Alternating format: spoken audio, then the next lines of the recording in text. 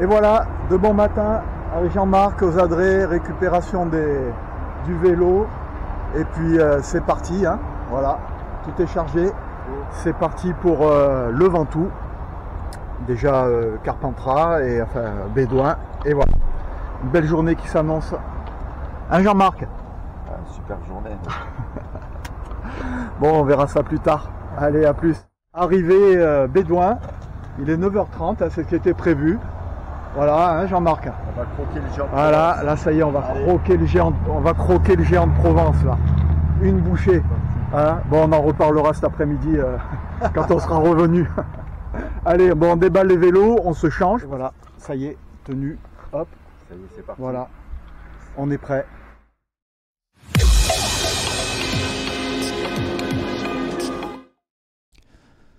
Alors là, nous voilà partis. Donc, on vient de laisser la voiture sur le parking, hein, à l'entrée de Bédouin, hein, à 200-300 mètres.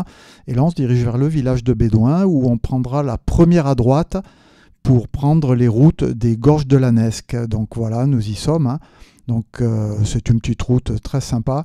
Les Gorges de la Nesque, donc on va passer par Flassan et Ville-sur-Ozon, et là on débutera vraiment les Gorges de la Nesque. Donc là on a quelques kilomètres à faire avant d'y arriver, et la route est très jolie, hein. C'est très agréable.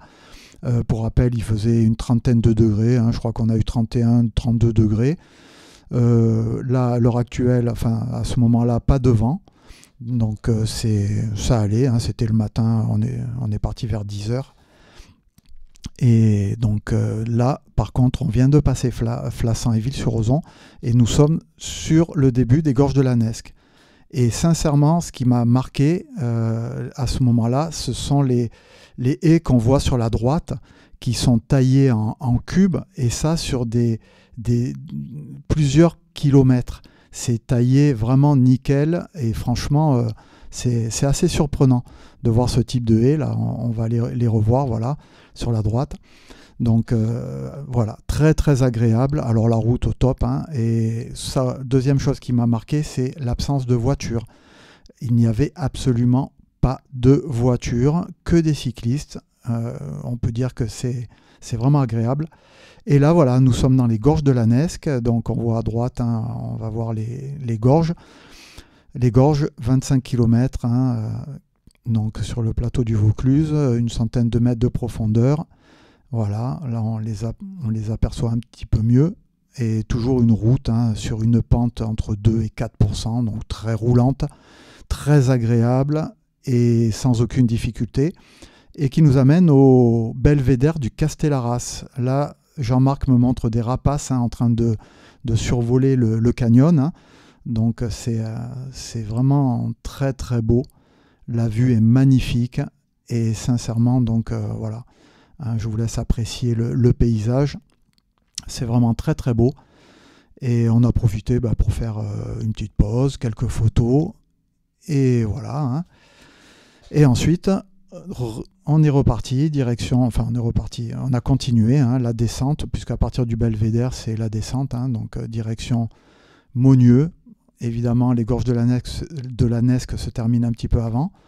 Et donc, pareil, descente très linéaire, très agréable.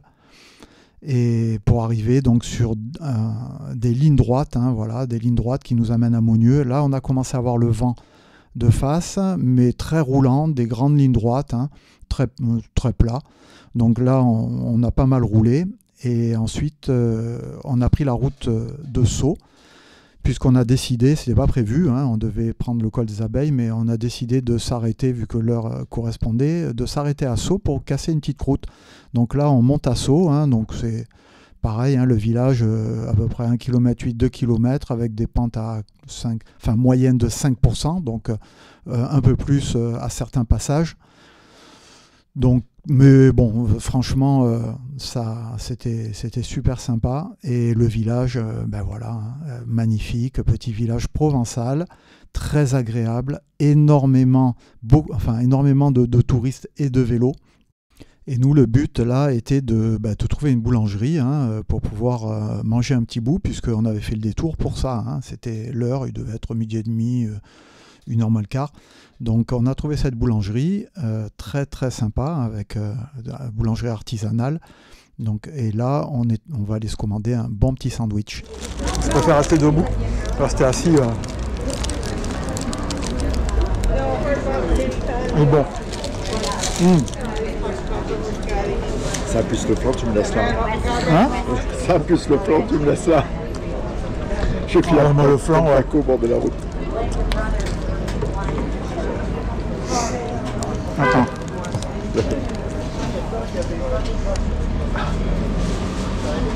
Donc là, vous pouvez voir un petit peu la grosseur des sandwichs. Hein.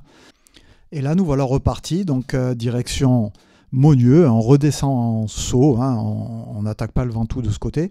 On redescend sur Maugneux. À la base, on devait passer par le col des Abeilles.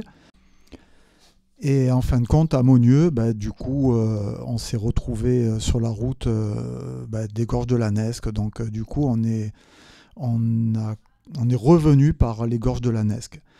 Néanmoins, ça nous a permis de découvrir à Maugneux, donc la petite place du village, avec plein de cyclistes, petite place ombragée, magnifique, et ça nous a surtout permis de refaire le plein des bidons. Il y avait une petite fontaine un peu plus loin sur la droite, là, et du coup, on a refait le plein. Et voilà, ravitaillement fait, on a poursuivi, donc les Gorges de la Nesque dans l'autre sens.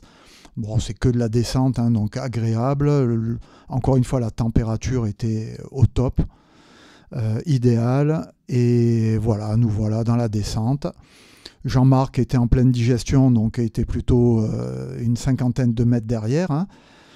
Et voilà, ça nous a ramené à Ville-sur-Ozon, Flassan, que nous avons retraversé. On a fait un petit stop à Flassan, hein, où on a re-rempli les bidons. Voilà, et avant de se retrouver donc sur la route du Mont Ventoux. Donc là, on est sur la période de transition. On arrive à peu près vers Sainte-Colombe, hein, qui est, je vais dire, au pied du Ventoux. Et là, on a quelques kilomètres à faire. Voilà, alors, je ne vais pas dire de plat, c'est du faux plat, 2%, 3%, mais bon, rien de bien méchant. Et tout ça, ça va nous amener tranquillement au virage de Saint-Estève. Alors, le virage de Saint-Estève, voilà, c'est ce qui détermine les premières pentes, je dirais, sévères, hein, du Ventoux. Et là, regardez ce nuage, hein, parce qu'on en reparlera plus tard. Là déjà c'était pas très beau, mais il faisait encore bon, mais ça n'inspirait pas confiance. Donc voilà, virage Saint-Estève passé, première pente, là première pente sévère, hein, voilà, on est à 10% et demi à peu près, hein, et il faut savoir que le Ventoux par Bédouin, pour moi et je pense que pour tout le monde, hein, c'est le côté le plus dur. On est sur des pentes qui ne descendent jamais en dessous de 7,5. Et encore 7,5, c'est sur des toutes petites portions. Sinon, on est plutôt entre 8, 10, 11, 12. Voilà. La seule chance, c'est qu'on est quand même en forêt. On a une grosse partie, hein, le Ventoux, c'est 21 km. Hein, on a une grosse partie en forêt. Donc heureusement, hein, parce que là encore, vous voyez qu'il faisait bien soleil, on était encore sur des belles températures, hein, une petite trentaine de degrés à cet endroit-là. Mais bon, les pentes c'était difficile. J'avoue que pour ma part, je vous le dis, je fais 88 kilos. Et là, bon, l'école comme ça, l'école long, c'est pas trop ma tasse de thé. Mais bon, on a trouvé un rythme avec Jean-Marc et franchement, bon, voilà, hein, on s'est accroché et puis on est monté tranquillement au train et voilà. C'est vrai que certains passages, alors la particularité du Ventoux, c'est qu'il n'y a pas de virage en S pour pouvoir récupérer, hein. Ce sont que des lignes droites, des courbes, des lignes droites, des courbes, des lignes droites. Donc voilà, là on sort du bois, donc on arrive au Chalet Reynard, donc il y a un petit replat, hein, qui permet de récupérer, et là on décide de s'arrêter parce que on n'a plus d'eau, hein, dans nos bidons, et on décide d'aller faire le plein, hein, d'eau. Donc ce qu'on fait, hein, donc on va remplir les bidons, et regardez un petit peu la différence de luminosité entre l'aller et le retour déjà. Donc là c'est pas bon. Ça veut dire qu'il y a le gros nuage qui a fait des petits. Et voilà, donc nous voilà repartis. Et effectivement, vous voyez le ciel. Hein.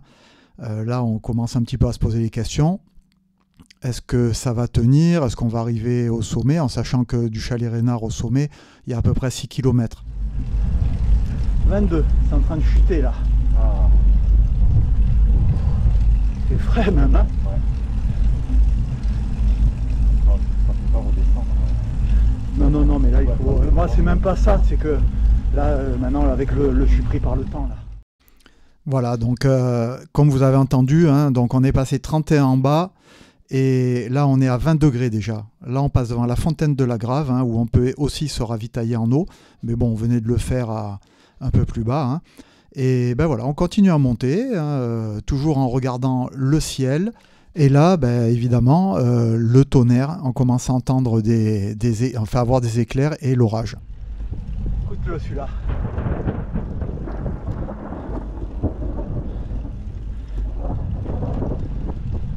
Les vélos ils descendent vite là. Ouais, il était lui, il était. Ah, la bande des deux.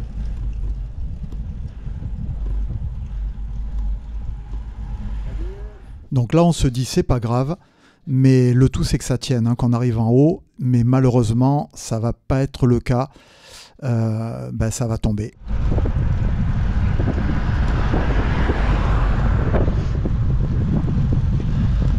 Oh putain! Oh la vache! Oh non! Oh puis c'est pas des petites gouttes! Oh culé! De la grêle! Il grêle! Oh non! Oh non! Oh non! Oh non! Oh putain! Voilà donc 10 km. Oh non! Et on est sur la grêle. Allez. De la grêle! Enculé! Allez, c'est bon.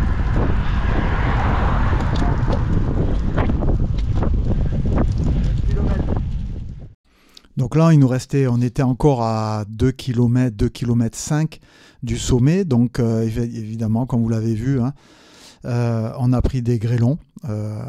Et ensuite, ces grêlons se sont transformés en pluie. Et je vous explique pas la différence de température. Hein. On commençait à être à 10 degrés. Hein. Ouais, je crois qu'au sommet, on était en dessous de 10 degrés. Donc vous voyez un petit peu le delta. En bas, on est parti, on avait 30 degrés. Et voilà, on arrive sous, on peut dire, un déluge, hein, parce que là, on s'en rend pas bien compte. Vous allez voir en montant, hein, ça tombait pas mal, quoi. Ça tombait pas mal. On était trempés, les chaussures remplies d'eau. Enfin, voilà. Mais bon, on a continué. On s'est pas arrêté pour mettre les kawaii parce que bon, on était dans l'effort. Et voilà, nous voilà arrivés au sommet. Voilà, ce sommet tant attendu. Hein. Évidemment, ça change des jours où il fait beau et où il y a beaucoup de monde. Là, je crois il y avait ce coureur, là, ce cycliste qui venait d'arriver. Et on avait deux autres cyclistes qui étaient abrités dans les encadrements de portes, hein, qui les abritaient tant bien que mal. Mais voilà. Donc là, on s'est arrêté vite fait.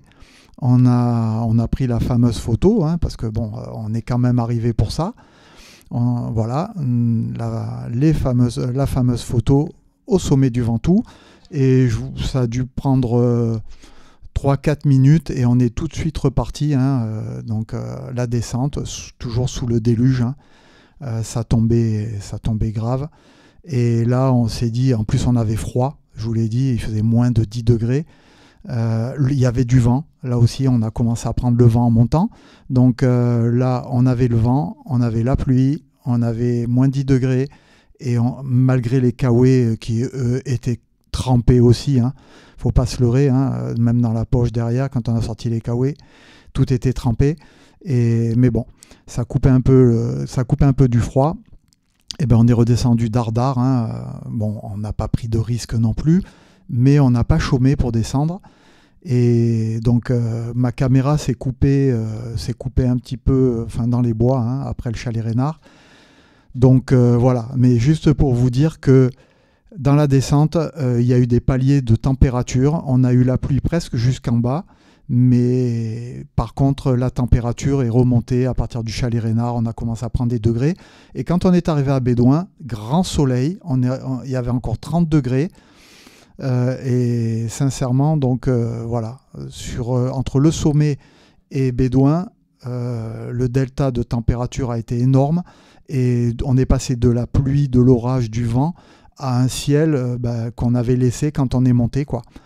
Donc magnifique, et ça nous a permis de nous sécher les 2-3 derniers kilomètres, hein, puisque en descendant vent chaud, 30 degrés, on a quand même pu un peu sécher. Donc voilà, et du coup ça a été une belle aventure. Faut savoir qu'à la base on devait arriver au pied du Ventoux après 60 km. On est arrivé au pied du Ventoux à plus de 80 km avec le détour qu'on a fait. Et ben voilà, hein, on vient d'arriver. Alors, bon Jean-Marc, on l'a fait. Hein, On l'a eu. et voilà, si vous voulez que tout se passe bien sur une sortie, ne venez pas avec nous. Voilà, ça sert à rien parce qu'il va se passer quelque chose.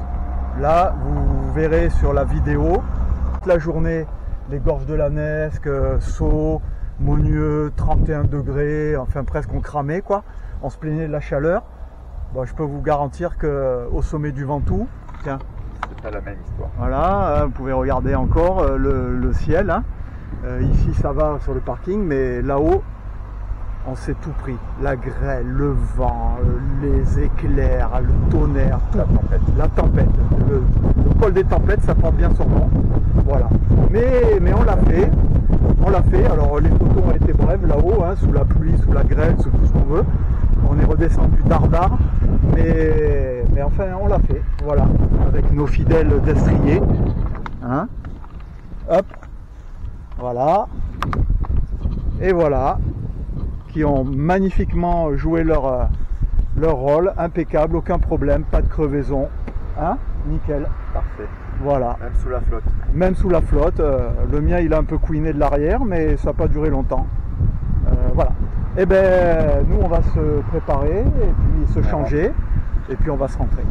Allez, je vous dis à bientôt.